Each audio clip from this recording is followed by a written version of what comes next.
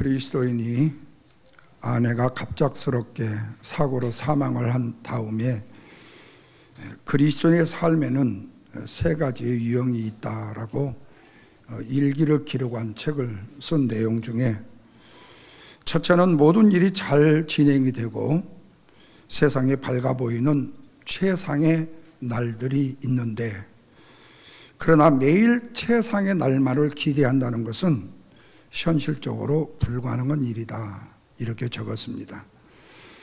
두 번째로는 일상적인 나날들이 있는데, 이 날은 일상적인 날이기 때문에 의기양양해야 될 날도 아니고 의기소침해 있어야 될 날도 아닌 평범한 날들이 있었다고 말을 합니다. 그리고 셋째로는 우리가 시리의 절망과 회의의 혼란 속에서 무거운 발걸음으로 터벅터벅 걸어가는 어두운 나날들이 있었다고도 했습니다. 그러면서 지금 자신의 삶 속에는 터덕터덕 걸어가는 어두운 날들이 자기를 정복한 듯 했지만, 나는 그 어두운 날들을 가장 밝고 아름다운 날로 바꿀 수 있었다라는 고백을 일기에 기록을 하면서 영적인 침체가 그리스도인에게 있어서는 안 된다는 사실을 이야기하면서 이 기록한 내용의 책을 보았습니다. 그렇습니다. 우리가 어두운 날들이 계속되면 영적인 침체에 빠지기가 쉽습니다. 영적인 침체에 빠지게 되면 신앙생활의 즐거움을 잃어버리게 됩니다. 믿음의 확신도 흔들리게 됩니다. 적극적인 열심과 헌신과 충성도 식어지게 되고, 어떤 조그마한 일에도 쉽게 의심을 하게 되고 두려워하게 되고 실망하게 되는 현상이 나타나게 되어집니다. 뿐만 아니라 영적인 침체에 빠지게 되어지게 되면 영광스러운 하나님의 자녀라는 신실한 자녀의 모습을 상실해버리고 잊어버리게 된다는 사실입니다. 마치 오늘 본문의 엘리야처럼 말입니다. 엘리야는 영적으로 충만한 사람이었습니다. 능력 있는 사람이었습니다. 그 누구도 이 엘리야를 당할 만한 영적인 파워가 없을 만치 이귀한 선지자였습니다. 그런 선지자가 지금 내 생명을 취하소서, 나는 내 열조보다도 낫지를 못합니다. 엄청난 바울과의 싸움, 바울의 신들과의 싸움, 바할의 신들과의 싸움에서 승리하고 난 이후에 부정적이고 신경질적인 언어를 사용하는 사람이 한순간에 되고 말았다는 사실입니다. 그러면 영적인 침체에 빠지게 되어지는 근본적인 원인이 어디 있는가? 다는 아니지만 내 생각이 하나님께서 받아들이지 않는다고 생각되는 거절감이 있을 때, 아니면 내 생각이나 내 뜻이 앞으로 호전될 수 있는 그런 가능성이 없어 보이는 좌절감이 임할 때에, 그리고 한 무리의 공동체의 지지가 없는 외로움에서 영적인 침체가 대략 오게 된다고 기록을 했습니다. 영적인 침체는 힘든 것입니다. 문제는 이 침체를 벗어나서 다시금 새롭게 일어나야 되는데, 과연 엘리야, 하나님께서 이 엘리야를 통해서 어떻게 이 침체에서 벗어나게 하셨는가? 먼저는 하나님의 말씀을 체험하는 시간을 갖게 했습니다. 하나님은 낙심하고 좌절한 엘리야에게 9절에서는 세미한 음성으로 역사하셨다 그랬어요. 13절 말씀해 보니까 부드럽고 조용한 음성으로 그 엘리야에게 역사했다고 했습니다. 그러면서 내가 어찌하여 여기 있느냐고 묻습니다. 그리고는 15절에서 너는 너의 길을 돌이켜 가라고 말씀을 해요. 그렇습니다. 하나님의 말씀은 우리의 자신을 바로 바라볼 수 있도록 하나의 나침판의 역할을 합니다. 뿐만 아니라 우리의 자신에 대해서 바로 깨닫게도 해주십니다. 그리고 우리가 잘못된 길로 나아갔을 때에는 그 길에서 돌아서서 변화된 삶을 살도록 해주시기도 합니다. 다시 말하면 하나님의 말씀을 체험해서 바로 설 수 있도록 인도해 주신다는 말씀입니다. 그런데 11절 이하의 말씀에 보니까 하나님께서 지나가실 때에 크고 강한 바람이 산을 가를 정도로, 뿐만 아니라 바위를 부술 정도로, 지진이 일어나고 불이 붙을 정도로 역사했다고 그랬어요. 그런데 끝부분에 보면 뭐라고 했는 거니? 그러나 하나님은 그곳에 계시지 않았다고 말씀합니다. 그렇다면 여러분, 지진이 나고 불이 나고 바위가 부서지는 엄청난 일이 있을 때 하나님이 지금 역사하고 진노하고 계신다라고 다 말할 수는 없다는 거예요. 그렇다면 성경은 뭐라고 하는 거니? 그런 일이 있은 후에 하나님은 세미한 음성과 함께 하셨다, 그렇게 말씀했어요. 그렇습니다. 하나님은 엘리야에게, 낙심하고 영적으로 침체되어진 엘리야에게 세미한 음성으로 만나 주시듯이 우리도 그런 식으로 만나 주신다는 말씀입니다. 하나님의 세미한 음성은 우리의 생명과 빛이 되는 말씀으로 우리를 살릴 수 있고 새롭게 변화시키는 말씀이 되어지기 때문에 그렇습니다. 하나님께서는 자기의 말이 받아들이지 않았다는 거절감으로 침체에 빠진 엘리야, 호전될 가능성이 전혀 보이지 아니하는 좌절감으로 공동체의 지지가 전혀 없는 외로움에서 영적인 침체를 걷고 있는 이 엘리야에게 세미한 음성을 통하여 하나님의 말씀의 체험을 통해서 엘리야를 살리시고 엘리야를 변화시키더라는 것입니다. 그런데 신기하게도 엘리야는 그 세미한 하나님의 음성을 듣고요, 체험함으로 인하여서 영적인 침체에서 벗어나서 하나님의 사람으로 다시 회복되는 역사를 보게 되어져요. 여기서 우리는 뭘 묵상했느냐가 중요한 것입니다. 마귀가 주는 것을 묵상하면 영적인 침체에 빠져들게 됩니다. 그러나 하나님의 말씀, 능력의 말씀을 묵상하게 되면 살아나게 되어져 있어요. 20대 초반에 청년이 있었습니다. 묵상을 많이 하는 청년입니다. 그런데 어느 날 마귀가 그렇게 말을 합니다. 너 아니? 네 친척 자살했다? 그러면 다음은 네 차례 아니니? 이런 소리가 들리더라는 거예요. 여러분, 이것은 마귀가 지는 거짓말인 것입니다. 당장에 물리쳐야 하는 것입니다. 말씀을 들어서 악한 사단 마귀의 음성을 물리쳐야 됩니다. 말씀으로 채워야 살아나기 때문에. 그래서 우리가 잊지 말아야 될 것은요, 우리들이 생각하는 생각이라는 이 하드웨어, 여기에 용량이 있다는 사실을 잊어서는 안 됩니다. 우리의 용량이 다 있어요. 그래서 로마서 12장 3절에서는 마땅히 생각할 이상의 것을 생각하지 마라, 그렇게 말해요. 괜히 쓸데없는 것들로 자꾸 분량을 채우려고, 그 좁은 생각의 분량을 채우려고 하지 마라. 믿음의 분량대로 지혜롭게만 생각하라, 이렇게 말씀을 해요.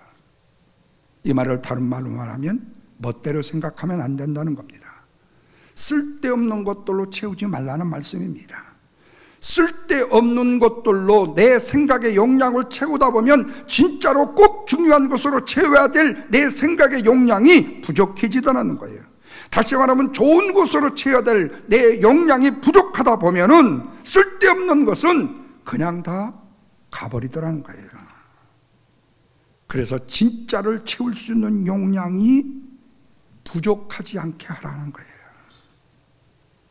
여러분 알다시피 다윗은 거의 일생을요 죽을 위기에 있었던 사람입니다. 사울에 의해서.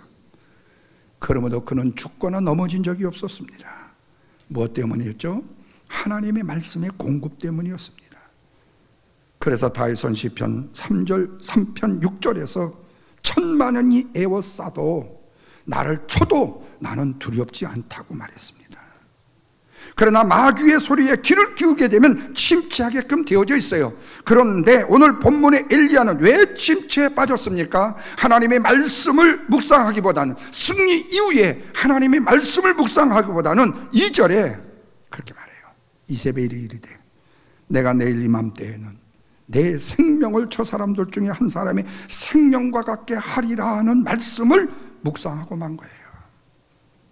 그래서 자신은 다리 하나 살려라 하고 도망을 쳤던 것입니다.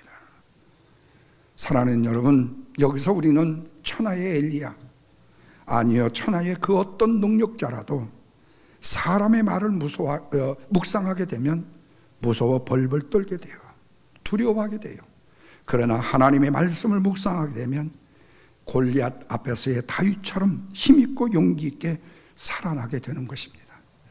저와 여러분에게 하나님의 말씀의 체험이 있기를 주님의 이름으로 축원합니다. 두 번째는 하나님의 사랑을 확인하는 거예요. 사람은 누구를 막론하고 시험에 종종 빠질 수가 있습니다. 그 이유는 여러 가지가 있지만 자기 중심에 빠질 때입니다. 자기 중심적으로 생각할 때입니다.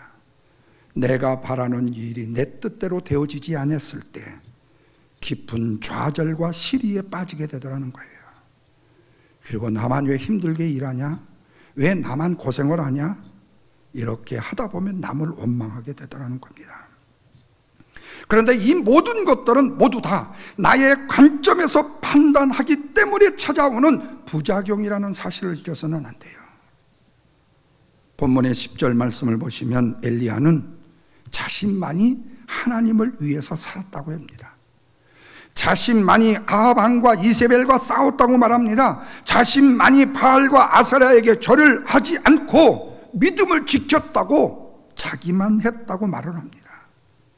이 말을 다른 말로 말하면 자기만 고생을 했고 자기만 수고를 했다는 얘기입니다.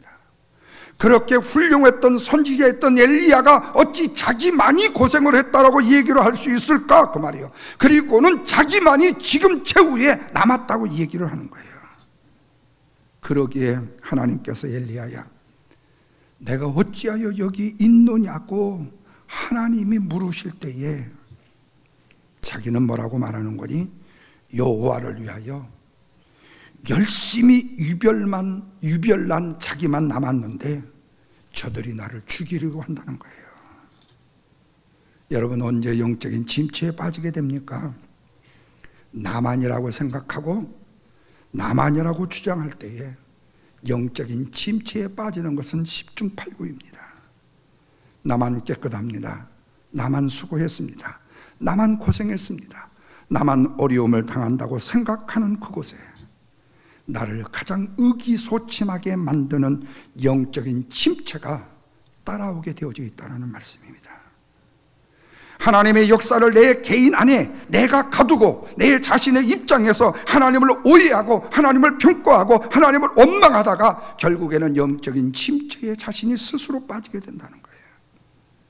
그러나 신앙은요, 나만이 아닙니다. 모두를 보고 하나님과 함께 하시는 하나님 안에서의 영적인 삶이 바로 신앙이요, 더 풍성한 신앙의 열매인 것입니다. 그렇지 못하고 나만이라는 내 중심의 편견에 내가 사로잡히게 되어지게 될 때에 바로 영적인 침체에 빠지게 되는 것은 불가불입니다. 그렇다면 하나님의 처방이 뭐죠? 6절 이하에서 8절까지 말씀을 보면요, 엘리야를 먹입니다. 떡을 먹여요. 쉬게 합니다. 다시 말하면 사랑받음을 느끼게 만들어줘요. 왜냐하면 사랑의 확신이 생기게 되면 먼저는 말이 나오게끔 되어져 있습니다. 천사를 통해서 하나님이 먹여주고 평안하게 해주니까 엘리야가 마치 3살 먹은 어린아이처럼요, 조잘조잘 무려 7마디 이상의 말을 해요. 뭐라고 한 줄 아세요? 나는 열심히 유별났다는 겁니다. 이스라엘 백성들은 나쁘다는 겁니다. 약속을 어겼다는 겁니다. 나는 제단을 헐었다는 겁니다. 나는 선지자 850명을 죽였다는 겁니다. 그런데 이제는 나만 남았는데 이세벨이 나를 죽이려고 한다는 겁니다. 여러분, 여기서 말했던 엘리야의 이야기의 내용이 중요한 것이 아닙니다. 문제는 말이 많아졌다는 것이 중요한 거예요. 사랑을 받으면 말을 많이 하게끔 되어져 있습니다. 사랑 못 받은 사람은 말을 잘 못할 수도 있고요, 잘 하지 않습니다. 사랑받으면 말문이 열려지게끔 되어져 있습니다. 말문이 열리면 침체는 끝난 거나 마찬가지예요. 어떤 사람이 정말로 힘들 때가 있었습니다. 그러다 보니까 친구들과 가까운 사람에게 정말 해서는 안 된 말을 했어요. 그 말이 뭐냐면, 나 이러다가 죽는 거 아니야? 나 이렇게 죽어야 되겠어. 정말 죽어야 될 것 같아. 이렇게 살아서 내가 되겠어? 이 말을 들었던 사람 중에 한 사람이 말합니다. 왜 죽어? 당신 죽으면 어떡해? 나는 어떻게 살아? 당신이 그렇게 해서 죽을 것 같으면 이 세상 사람 다 죽어야 돼. 다른 사람 다 죽어도 당신은 절대로 죽으면 안 돼. 그러면서 눈물을 뚝뚝뚝 흘리면서요, 붙들고 말기는 거예요. 분위기가 너무나도 어색한 오보였습니다. 그런데 그 말을 듣는 순간 해서는 안 된 말을 했던 그 사람의 마음이 느껴지는 거예요. 아, 저 사람이 정말 나를 사랑하는구나. 그로부터요, 정신적으로 깨끗해졌고요, 없던 힘이 생겼고요, 백혈구가 아주 파풀하게 강해지는 것을 느꼈다는 거예요. 왜 그렇지요? 비록 빈말이지만 사랑의 확신은 강력하기 때문에 그런 것입니다. 그래서 여러분, 사랑의 확신은 할 말을 하게 하기 때문이고 살 수 있는 힘을 주기 때문에 그렇습니다. 지금 엘리야는 우리가 보기에도 정말로 엄청나게 엄살에 가까운 행동을 하고 있는 것이 사실이에요. 갈멜 산상에서 그렇게 용맹스럽고 용기 있었던, 능력이 있었던, 하나님의 전권을 휘두를 만치 권세가 있었던 그런 엘리야였지만 그에게도 하나님의 사랑의 확인이 필요했더라는 거예요. 여러분, 보통 우리 자녀들이 생각하기에는요, 아버지는 어머니보다 강하다는 생각들을 많이 가지고 있죠. 그래서 아버지는 좀 더 고생을 해도 아버지니까, 가장이니까 괜찮고, 어머니는 고생을 하면 안쓰럽고 불쌍하다고 특별히 별로 효자도 아닌 아들들이 그렇게 생각하는 경우가 많지요. 예. 근데 여러분, 아버지들은 간치할 뿐이에요. 아버지 인정할 줄 알아야 돼요. 엄마는 대놓고 눈물을 흘릴지 몰라도 아버지는 뒤로 돌아서 눈물을 흘리는 아버지들이 얼마나 많은지 몰라요. 여러분, 나는 자연인이라는 프로에 보시면요, 대부분 산속에서 5년, 10년, 15년 동안 혼자 사는 남자들에 대한 이야기를 다뤄요. 그런데 그 남자분들이 그 산중에서 혼자 살 때에 항상 같이 갔던 친구들이 물으면요, 자식들에 대한 애틋한 사랑과 가정에 대한 사랑의 이야기를 꼭 나중에 회개하는 마음으로 눈물을 흘리면서 얘기를 해요. 그 MC가 조금만 좀 감동을 찔러서 누르면은 할아버지 아니면 아버지가 울어요. 여러분, 그것이 바로 아버지들의 본심이었어요. 강한 채 할 뿐이었어요. 여러분, 주위에 정말로 강한 사람처럼 보이는 사람이 있나요? 그렇다면 그 사람도 어쩌면 애로운 사람이요, 그도 사랑의 확인이 필요한 사람, 저 같은 사람인 것을 믿으시기 바랍니다. 마지막은요, 하나님의 주신 사명이 확인이 필요합니다.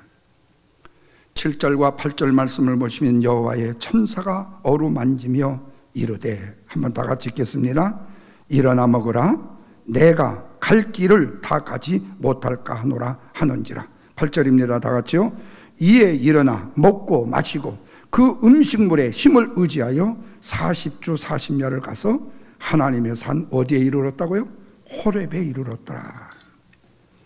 엘리야를 회복시킨 다음에 40일 동안 가서 하나님의 산 호렙에 이르게 합니다. 이 호렙산을 우리는 신의 산이라고 불리기도 합니다. 신의 산이 어떤 곳이죠? 모세가 십계명을 받은 산입니다. 모세를 만나시던 하나님께서 그곳에서 엘리야를 만나시고 엘리야에게 새로운 사명을 주시는 것입니다. 그러면 왜 하나님께서는 하필이면 40일 동안 밤낮을 쉬지 않고 달리셨을까 하는 거예요. 그것은 그에게 사명을 주시기 위한 것이었고, 그 길을 가기 위해서 식량과 영혼의 양식인 말씀을 주시어서 많은 고난의 광야의 길을 믿음으로 걸어가게 하기 위해서, 그를 만들어 주기 위해서였습니다. 이렇게 하나님은 엘리야에게 새 힘을 주시기를 원하셨어요. 저와 여러분에게도 새 능력과 새 힘을 주시기를 원하시는 하나님이심을 믿으시면 아멘 하시길 바랍니다. 그러므로 우리가 이 세상을 아무리 험난하고 힘들고 어렵게 산다 할지라도, 절망과 고통과 위기의 상황이 임한다 할지라도 참고 견디면서 믿음으로 일어나야 될 필요가 있다, 그 말이에요. 이유는 주님께서 우리에게 새로운 사명을 주시고 꿈을 주시고 목표를 주시어서 새로운 꿈과 희망을 가지고 믿음으로 전진해 갈 수 있도록 터전을 만들어 주시기 때문에 그래요. 그래서 우리는 그 어떤 어려움이 있고 그 어떤 고난이 있다 할지라도 절대로 내 생명을 포기해서는 안 됩니다. 절대로 그 일을 포기해서는 안 됩니다. 뿐만 아니라 지금 이때가 이 시대의 끝이라고 생각해서도 안 됩니다. 계속해서 15절과 16절의 말씀에 보시면, 엘리야에게 너희 길을 돌이켜 하사엘에게 기름을 붓고 아람 왕을 세우는 것이고, 예후에게 기름을 부어 이스라엘 왕이 되게 하는 것이고, 엘리야의 후계자 엘리사를 세우라는 사명을 주시는 것을 보게 되어져요. 여기서 문제는 뭐지요? 왜 엘리야가 이렇게 됐지요? 바로 시각의 문제입니다. 보아야 할 것을 보지 못하고, 바라봐야 될 것을 바라보지 못하고, 봐서는 안 되는 것을 보고 바라보서는 안 되는 것을 바라봤기 때문에, 하나님을 바라보는 생활에서 이세벨을 바라보게 되는 생활을 하다 보면 영적인 침체에 빠질 수밖에 없게 되어져요. 평범한 길거리에 가방 쳐다보면 시험이 안 드는데 누비똥 가게에 쳐다보면 시험이 들어요. 보는 것이 문제예요. 세상을 보기보다는 세상을 주관하시고 다스리시고 심판하시는 하나님을 봐야 된다. 두려움과 공포의 세계를 보지 말고 예수 안에서 사랑하시며 돌보시는 하나님을 봐야 된다. 죽음과 절망을 보기보다는 생명과 소망을 주시는 하나님을 바라봐야 된다는 겁니다. 가난과 고난을 보기보다는 그 가난과 고난을 축복하시는 하나님을 봐야 된다는 겁니다. 볼 것을 보지 못하고 보지 말아야 될 것을 잘못 보는 데서 영적인 침체가 생기게 되고 그 속에 빠지게 된다는 거예요. 엘리야는 자기를 죽인다고 말하는 이세벨을 보다가 36개 주랭랑을 쳤습니다. 그런데 참 신기하고 이상한 거, 재미있는 것은요, 이게 코미디언만 웃기는 게 아니고 엘리야도 우리를 웃깁니다. 도망친 곳에서요 다시 죽여달라고 얘기를 해요. 정말로 죽고 싶었으면 이세벨한테 죽으면 됐어요. 그런데 왜 죽도록 뛰어가 주랭랑을 치고 놓고 노뎀나무 아래서, 거기가 죽는 장소가 좋아서인지 모르겠지만 거기서 하나님 앞에 죽여달래요. 이 말은 뭐지요? 진짜 죽고 싶었을까요? 아니요, 진짜 죽고 싶은 게 아닙니다. 이게 뭐요? 사랑을 받고자 하는 모습인 것입니다. 그래서 저도 종종 죽고 싶다 할 때가 있어요. 여러분도 종종 죽고 싶다가 할 때가 있어요. 그때의 해결의 방법이 뭔 줄 아세요? 아양을 떨기보다는요 죽을 때까지 일을 하는 것입니다. 죽도록 기도를 하는 것입니다. 정말로 죽을 것 같은 일만을 골라서 하는 것입니다. 그러면 정말로 죽고 싶다는 생각이 싹 달아나버려요. 침체에서 벗어나게 되어져요. 제가 두 번째 목회에서요 엄청난 고난의 시련을 당했습니다. 저는 암이 걸려서 죽은 것처럼 75kg가 61kg까지 몸이 빠졌고요. 우리 집사람은 정신적인 트라우마가 생겨서 밤잠을 못 자고 나중에는 정신과 치료를 받아야 될 정도로 의사를 만났어요. 그런데 우리 집사람이 나았던 비결이 뭔 줄 아세요? 그 의사가 정신과에 가보셔야 되겠습니다, 그 한 말 쏙 딱 들으니까 병이 나버렸어요. 저는 어떻게 난 줄 아세요? 그렇게 닥터가 이 괜찮습니다, 위암 아닙니다, 나는 너희들끼리 짜고 고스톱 쳐서 나보고 젊은 나이에 죽을 것 같으니까 나한테 숨기는 줄 알았거든요. 그랬더니 세 번째는 하도 내가 안 믿으니까 나보고 목사님이 돼갖고 그렇게 믿을 수가 없냐고, 그러면 눈 뜨고 볼 수 있는 내시경을 해드릴 테니까 보실래요? 보겠다고 그랬어요. 제가 내시경 때 눈을 뜨고 내 유를 딱 보는 순간에 귀들로부터 유장병이 나왔어요. 거짓말 같죠? 거짓말 같지만 진짜입니다. 죽도록이라는 거예요. 쇼크가 있는 거예요. 침체에서 벗어나게 되는 거예요. 잃었던 열정을 회복하게 될 것입니다. 사랑하는 여러분, 영적인 침체에 산다는 것이 얼마나 힘들고 어려운지 몰라요. 죽기만치 힘든 겁니다. 그렇다면 여러분, 이왕 죽을 바라면요, 뜨겁게 일하다가 죽으십시다. 열정을 회복하다가 죽으십시다. 씩씩하게 살다가 죽으십시다. 많이 먹고 즐기다가 죽으십시다. 많이 먹고 죽은 뭐는 때깔도 좋죠 그러잖아요. 예. 그리하면요, 영적인 침체는요, 안녕 빠이 하고 말 것입니다. 기도하겠습니다.